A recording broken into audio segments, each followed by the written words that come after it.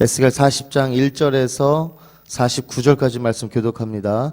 우리가 사로잡힌 지 25년이요 성이 함락된 후 14년 정월 11곳 그날의 여호와의 권능이 내게 임하여 나를 데리고 이스라엘 땅으로 가시되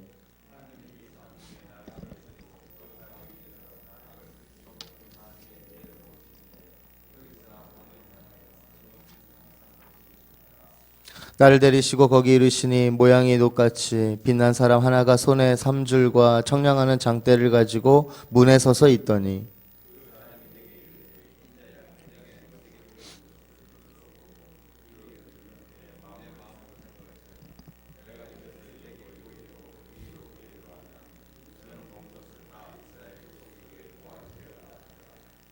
내가 본즉 집 바깥 사면으로 담이 있더라. 그 사람의 손에 청량하는 장대를 잡았는데 그 장이 팔꿈치에서 손가락에 이르고 한 손바닥 넓이가 더한 자로 6척이라. 그 담을 청량하니 두께가 한 장 되어 고도 한 장 되며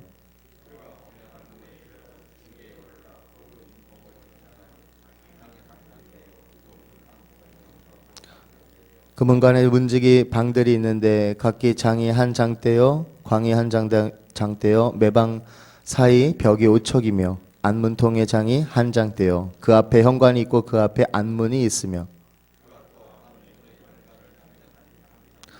안문의 현관을 또 청량하니 8척이요 그 문벽은 2척이라. 그 문의 현관이 안으로 향하였으며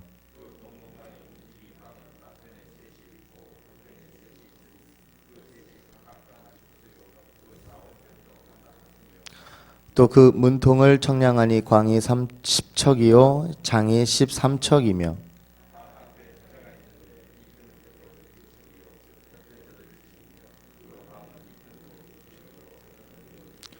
그가 그 문간을 청량하니 이 방 지붕 가에서 저 방 지붕 가까지 광이 25척인데 방문은 서로 반대되었으며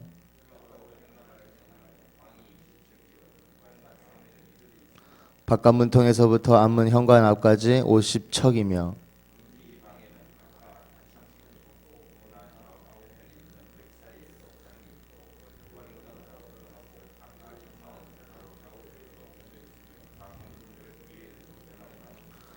그가 나를 데리고 바깥 뜰에 들어가니 뜰 삼면에 박석 깔린 땅이 있고 그 박석 깔린 땅 위에 여러 방이 있는데 모두 30이며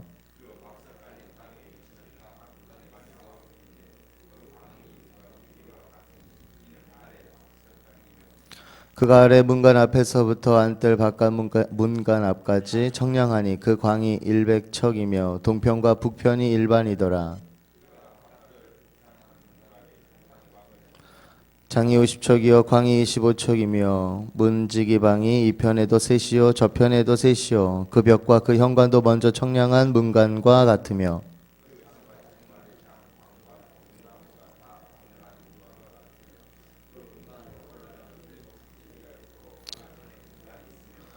안뜰에도 북편 문간과 동편 문간과 마주대한 문간들이 있는데 그가 이 문간에서 맞은편 문간까지 청량하니 100척이더라.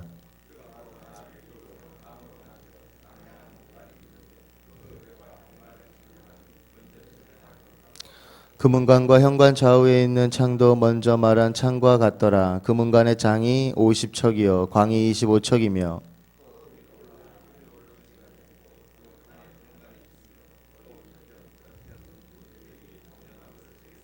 안뜰에도 남향한 문간이 있는데 그가 남향한 그 문간에서 맞은편 문간까지 청량하니 100척이더라.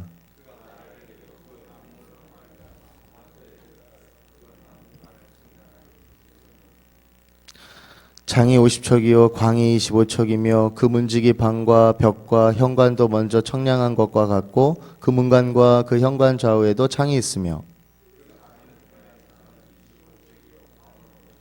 현관이 바깥들로 향하였고 그 문벽 위에도 종려나무를 새겼으며 그 문간으로 올라가는 8층계가 있더라.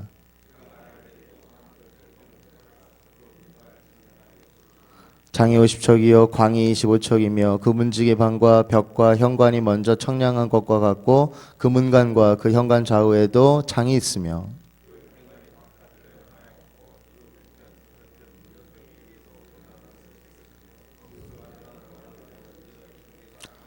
그가 또 나를 데리고 북문에 이르러 청량하니 척수는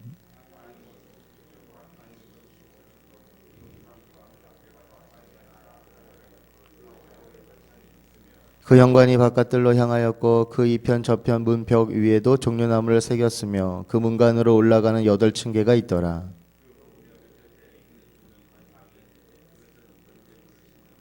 그 문의 현관 이편에 상 둘이 있고 저편에 상 둘이 있으니 그 위에서 번제와 속죄제와 속건제의 희생을 잡게 한 것이며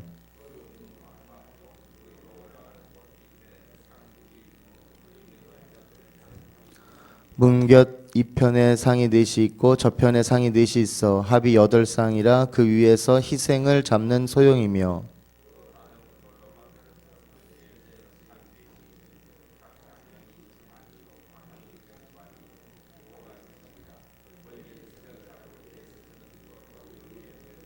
현관 안에는 길이가 손바닥 넓이만한 갈고리가 사면에 박혔으며 상들에는 희생의 고기가 있더라.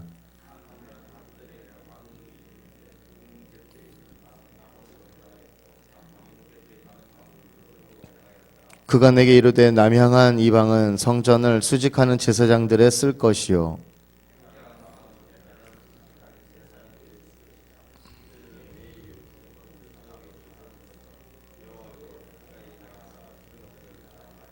그가 또 그 뜰을 청량하니 장이 100척이요 광이 100척이라 네모 반듯하며 제단은 전 앞에 있더라.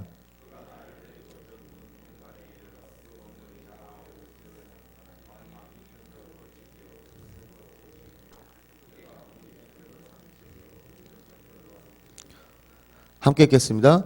그 현관의 광은 20척이요 장은 11척이며 문간으로 올라가는 층계가 있고 문벽 곁에는 기둥이 있는데 하나는 이 편에 있고 하나는 저 편에 있더라. 아멘. 에스겔 40장 말씀. 네, 오늘 본문 말씀은 에스겔 선지자가 이제 환상 가운데 본 성전의 바깥들에 관한 말씀입니다. 먼저 본문 1절에서 4절을 보면 에스겔 선지자가 사로잡혀 온 지 25년 곧 예루살렘 성이 함락된 후 14년 정월 10일에 여호와의 권능이 에스겔 선지자에게 임합니다. 이날은 유대의 그 달력으로 보니까 희년의 나팔을 부는 날이기도 합니다. 희년의 나팔을 부는 날. 그래서 에스겔이 이상 중에 새로운 성전을 본 것이 하나님의 회복과 연결시켜서 보기도 합니다. 에스겔 선지자가 여호와의 권능에 이끌려서 이스라엘 땅 매우 높은 산 위에 내려놓아집니다. 이 산은 예루살렘이 있는 시온산을 말합니다. 이스라엘 땅 매우 높은 산에 내려놓았다라는 이런 표현은 신학적인 표현입니다. 여호와가 높으신 분이시기 때문에 여호와께서 임재하시는 곳을 매우 높은 산으로 보는 것입니다. 에스겔 선지자가 그 높은 곳에서 남쪽을 향하여 보는데 성읍 형상 같은 것이 있었습니다. 물론 이 성읍은 예루살렘입니다.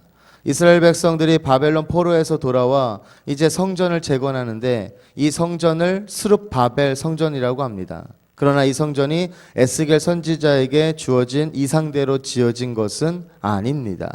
에스겔 선지자가 환상을 통해 본 성전은 이제 5절에서 46절까지가 이제 계속 성전의 바깥들을 말하는데 먼저 5절에 보면 내가 본즉 집 바깥 사면으로 담이 있더라. 그 사람의 손에 청량하는 장대를 잡았는데 그 장이 팔꿈치에서 손가락에 이르고 한 손바닥 넓이가 더한 자로 6척이라. 그 담을 청량하니 두께가 한 장대요 고도 한 장대며. 에스겔 선지자가 본 이 성전 바깥 사면으로 담이 있었습니다. 그 담의 두께와 높이가 한 장대, 그러니까 한 장대가 한 3.2m 됩니다. 이 담은 성전 안과 밖을 분리하는 담이죠. 자, 그래서 이제 46절까지 성전의 바깥들을 쭉 말하고 이제 바깥들은 바깥들과 안들로 나눠지는 것을 알 수 있습니다. 그래서 에스겔이 본 성전에 대한 환상을 전체적인 평면도로 보자면 정사각형의 담으로 구별된 곳으로 그 안에는 뜰이 있고 뜰 안에는 내전이 있습니다. 이 직사각형 내전 안에 다시 성소와 지성소가 있습니다. 성소와 지성소는 모세의 성막과 솔로몬의 성전과 크기만 다르지 형태는 같은 모양입니다.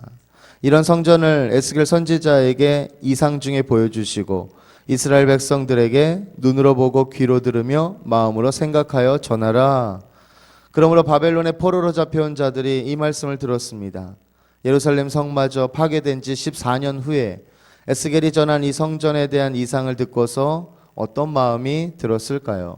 여호와 하나님께서 자신들의 범죄와 절망에도 불구하고 다시 포로에서 회복시켜 주시고 또 성전을 회복하실 것이라는 말씀을 이제 본격적으로 더 잘 믿게 되었을 것입니다.